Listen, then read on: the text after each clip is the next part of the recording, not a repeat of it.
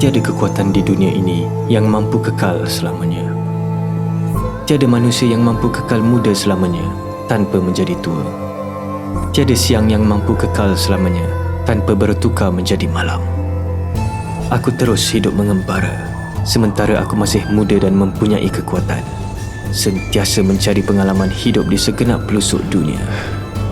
Kali ini aku mengembara dengan ski, meredah salji yang tebal untuk menerokai tempat yang tidak dapat aku jejaki dengan basikalku.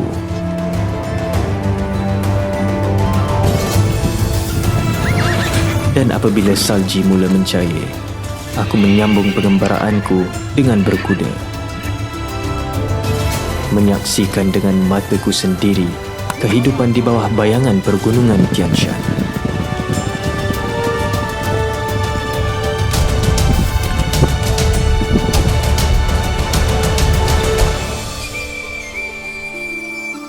Aku menerokai Kyrgyzstan, melihat keindahan alam dan keunikan kehidupan orang-orang nomad di sepanjang perjalananku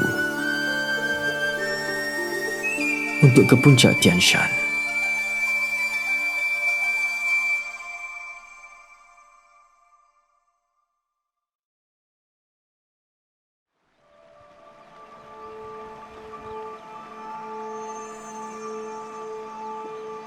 (2 Julai 2015). Telah genap sebulan aku mengembara.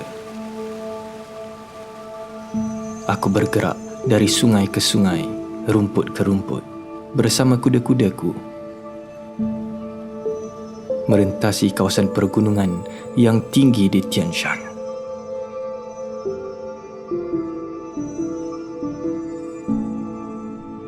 Aku bergerak dalam 30 hingga ke 50 kilometer dalam sehari, bergantung kepada keadaan bentuk muka bumi di sini.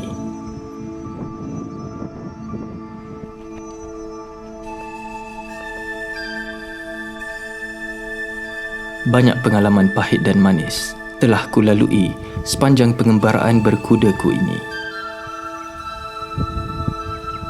Aku merentasi kawasan padang rumput yang luas dan juga kawasan tundra yang amat kering dan panas di pergunungan Tian Shan.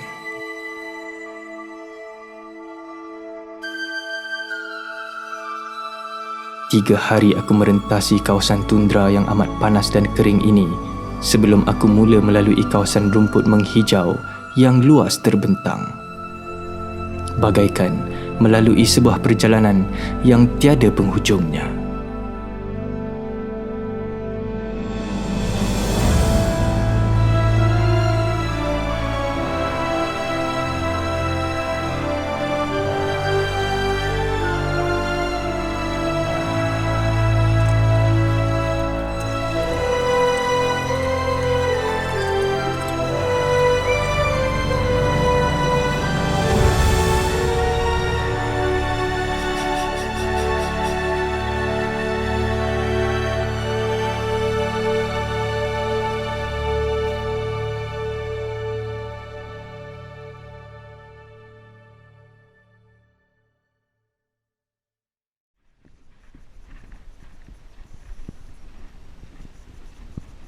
Tiga hari aku merentas kawasan tundra yang kering kontang di bahagian rendah Tian Shan, di selatan Tasik Isikul, di bawah cuaca yang begitu panas. Jalannya yang amat sukar melambatkan pergerakanku untuk merentasi kawasan berpadang pasir ini.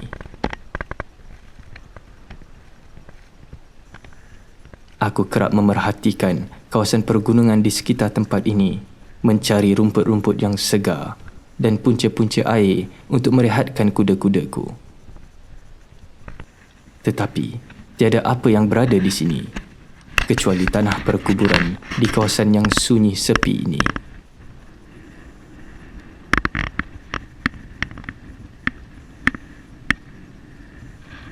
Tanah perkuburan seperti ini biasa dilihat di mana-mana di Kyrgyzstan, dan juga semasa aku merentasi Xinjiang di utara China dengan basikalku lebih setahun yang lepas.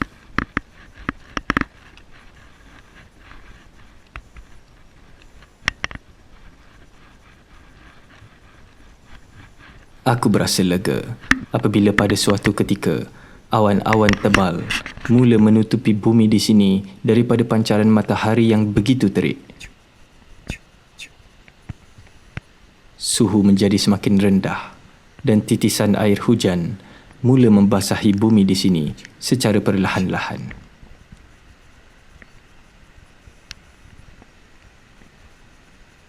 Dan akhirnya, aku melihat kawasan padang rumput yang segar menghijau dan air bersih yang mengalir di sungai-sungai di sepanjang perjalananku.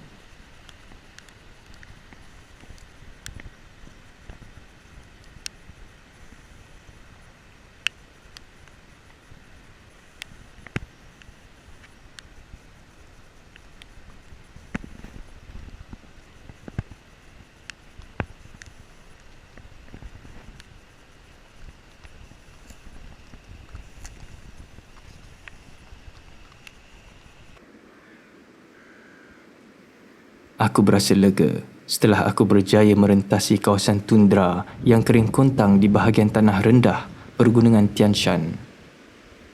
Dan kini, aku dapat merehatkan kuda-kudaku di kawasan yang mempunyai rumput yang segar dan punca air yang bersih.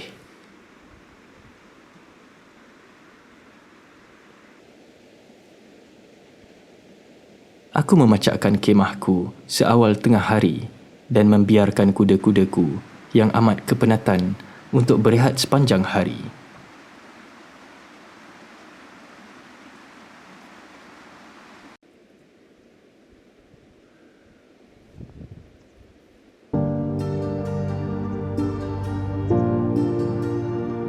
Telah sebulan aku mengembara bersama kuda-kudaku dari Jolkolot di hujung bahagian timur Tasik Isikul.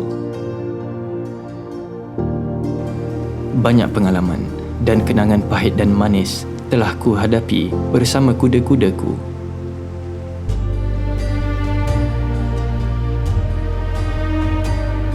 Berlainan berbanding pengembaraanku yang lepas dengan berbasikal, mengembara dengan berkuda, aku belajar untuk memahami haiwan yang istimewa ini. Perlahan-lahan, aku membina hubungan dengan kuda-kudaku dan aku mula berasa sayang kepada mereka. Aku mula menganggap mereka sebagai rakan-rakanku sendiri. Aku sedar kali ini aku bukan lagi mengembara secara berseorangan, tetapi kami bertiga bersama-sama mengembara secara berkumpulan.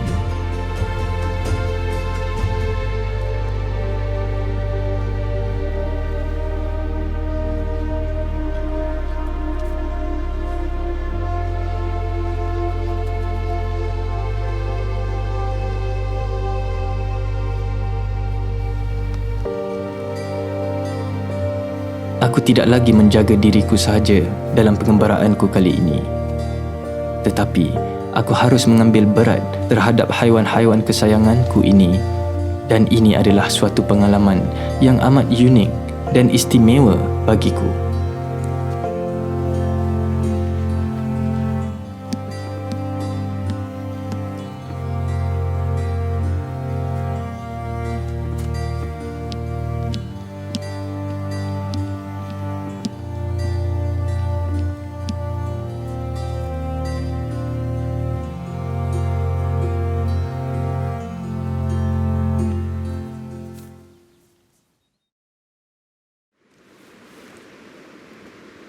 Hujan mula turun membasahi bumi di sini beberapa jam dalam sehari. Aku menunggu hingga hampir ke tengah hari untuk menunggu hujan untuk berhenti sebelum menyambung perjalananku.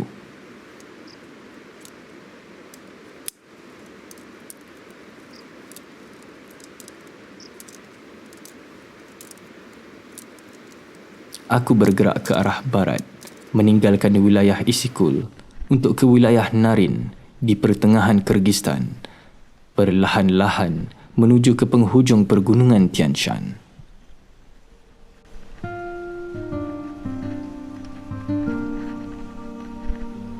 Aku tidak lagi melalui kawasan tundra, tetapi aku melalui kawasan tanah yang lebih tinggi berhampiran dengan puncak-puncak Tian Shan. melalui kawasan padang rumput yang luas terbentang. Merentasi padang rumput yang luas ini membuatkan aku terasa seperti perjalananku tiada penghujungnya.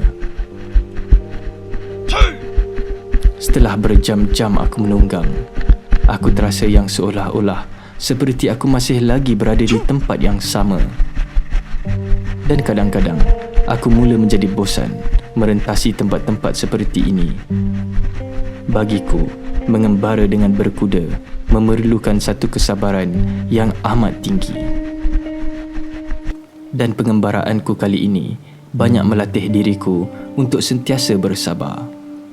Sekurang-kurangnya, aku berasa lega kerana dikelilingi oleh rumput-rumput yang subur dan aku boleh berhenti bila-bila masa untuk merehatkan kuda-kudaku.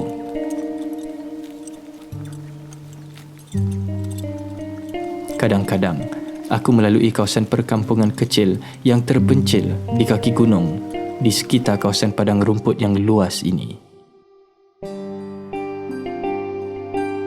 Dan aku memasang kemahku berhampiran dengan kampung-kampung kecil seperti ini supaya memudahkan aku mendapatkan bekalan makanan atau meminta apa-apa sahaja pertolongan bila-bila jika aku perlukan.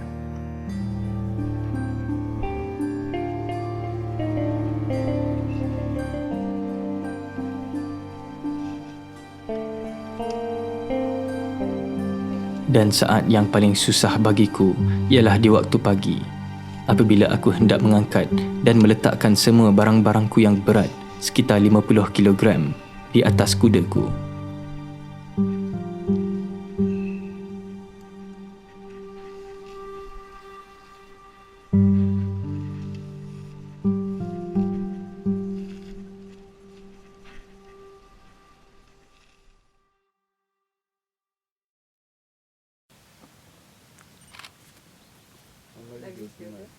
Sepanjang aku melalui kawasan padang rumput yang luas ini, aku selalu berjumpa dengan pengembala-pengembala kambing.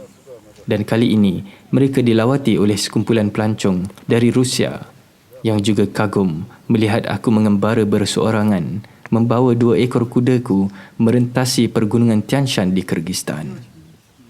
Mereka mengajakku untuk meminum susu kuda yang masih segar di sini bersama-sama untuk berbual-bual denganku selama beberapa minit.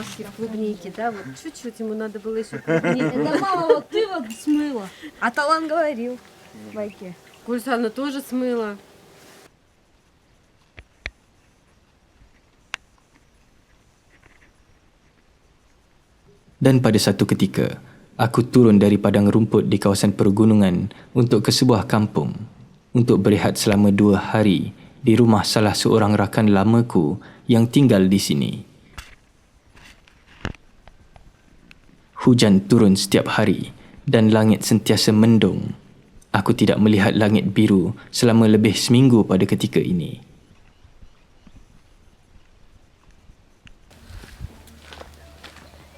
Aku berehat selama 2 hari di rumah rakanku, Bucket Bag, yang pulang bercuti melawat keluarganya di kampung ini selama beberapa hari. Beliau bekerja di sebuah syarikat terkemuka dari Eropah di Bishkek dan aku telah mengenali beliau sejak 5 tahun yang lalu apabila aku berbasikal di Kyrgyzstan pada kali pertama pada tahun 2010. Beliau fasih berbahasa Inggeris dan banyak menolongku untuk menjaga kuda-kudaku sementara aku berehat 2 hari di rumahnya.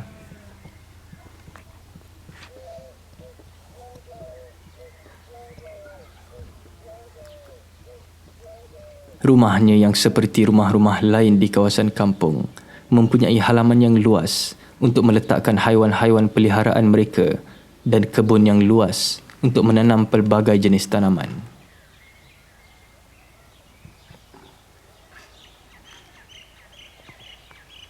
Mereka juga menyimpan stok yang banyak seperti rumput-rumput kering dan najis lembu untuk digunakan sebagai bahan api dan makanan kepada haiwan-haiwan peliharaan mereka di sepanjang musim sejuk yang selalunya bermula dari bulan Disember hinggalah ke awal bulan April.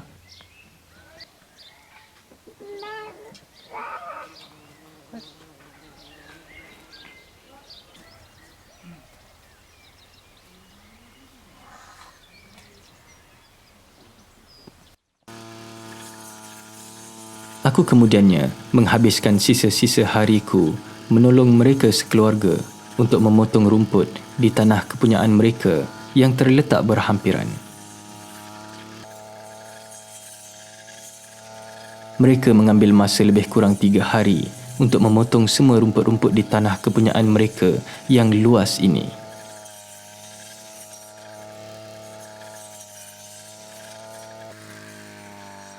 Rumput-rumput ini akan digunakan sebagai stok makanan haiwan-haiwan mereka pada sepanjang musim sejuk kerana agak sukar bagi haiwan-haiwan mereka untuk memakan rumput di kawasan pergunungan di sini akibat cuaca yang terlalu sejuk, terutamanya pada bulan Januari dan Februari, di mana suhunya selalu mencecah hingga ke negatif 30 darjah Celsius.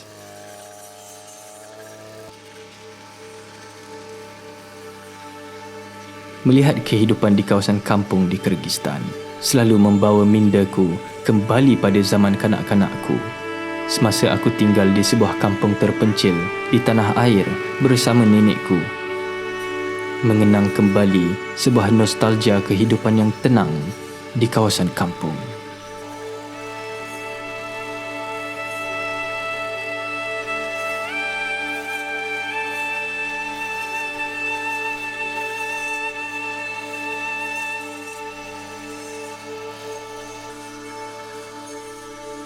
Aku selalu terbayangkan suatu kehidupan tenang yang bebas dari masalah kehidupan di kota. Bebas dari hidup yang dibebani dengan hutang yang tidak putus-putus. Dan bekerja untuk menjaga tanaman dan haiwan-haiwan peliharaanku. Aku selalu menceritakan idea ini kepada rakanku Bakit Bek. Dan beliau juga mempunyai cita-cita yang sama. Beliau bercadang untuk bekerja cuma beberapa tahun saja lagi di Bishkek sebelum kembali ke rumahnya di kampung ini untuk menjaga tanaman dan haiwan-haiwan peliharaannya.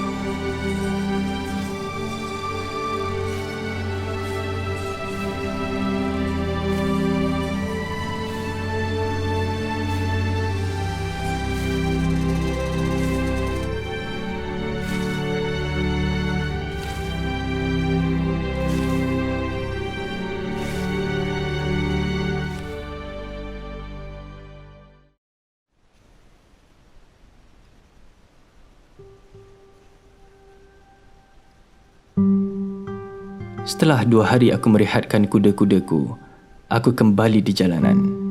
Kembali berseorangan, cuma ditemani oleh 2 ekor kuda-kudaku, merentasi kawasan pergunungan di Tian Shan yang amat sunyi dan tiada penempatan manusia ini. Sekali lagi, aku terpaksa melalui banyak cabaran yang baru setiap hari.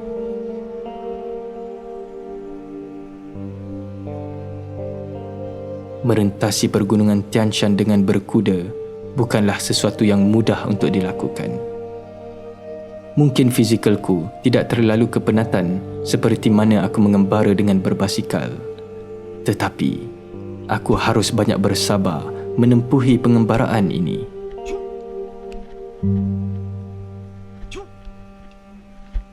Dan aku pernah mengalami ujian yang getir di mana kuda-kudaku pernah melarikan diri dariku sebaik sahaja aku membuka ikatan di kakinya, dan mereka berlari sejauh hampir 3 kilometer sebelum aku berjaya menangkap mereka kembali pada beberapa hari pertama perjalananku.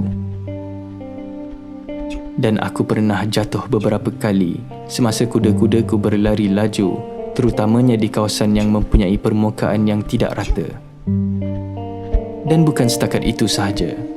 Aku juga diseret beberapa meter di kawasan yang mempunyai permukaan berbatu setelah aku jatuh dari kudaku. Kerana kakiku masih lagi tersangkut di badan kuda tungganganku. Kudaku juga pernah terjatuh di pasir selut yang dalam di kawasan berpaya dan aku mengerahkan seluruh tenagaku untuk menarik kudaku keluar dari pasir selut tersebut di kawasan yang berpaya itu. Tetapi, aku bersyukur kerana diberi suatu pengalaman yang amat unik ini. Setelah mengembara lebih sebulan, lebih 400 km dari tempat permulaanku, aku dan kuda-kudaku telah mempunyai suatu hubungan yang amat rapat, hubungan yang kuat antara manusia dan haiwan. Aku mula berasa yang kuda-kudaku adalah seperti keluargaku sendiri.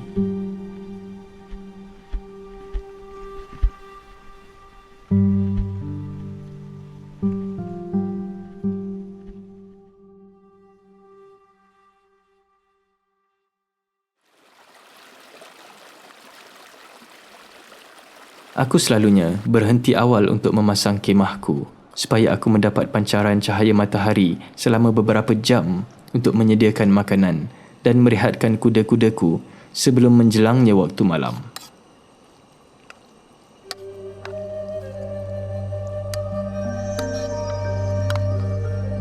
Berseorangan di sini, menghirup air yang panas sambil menikmati keindahan pemandangan di sini adalah sesuatu yang amat istimewa bagiku. Kerana aku selalu terbayangkan suasana begini dalam fikiranku semenjak aku kecil. Setiap hari aku mengeratkan hubunganku bersama kuda-kudaku dan kami semakin memahami antara satu sama lain saban hari. Mereka kini telah menjadi seperti keluargaku sendiri.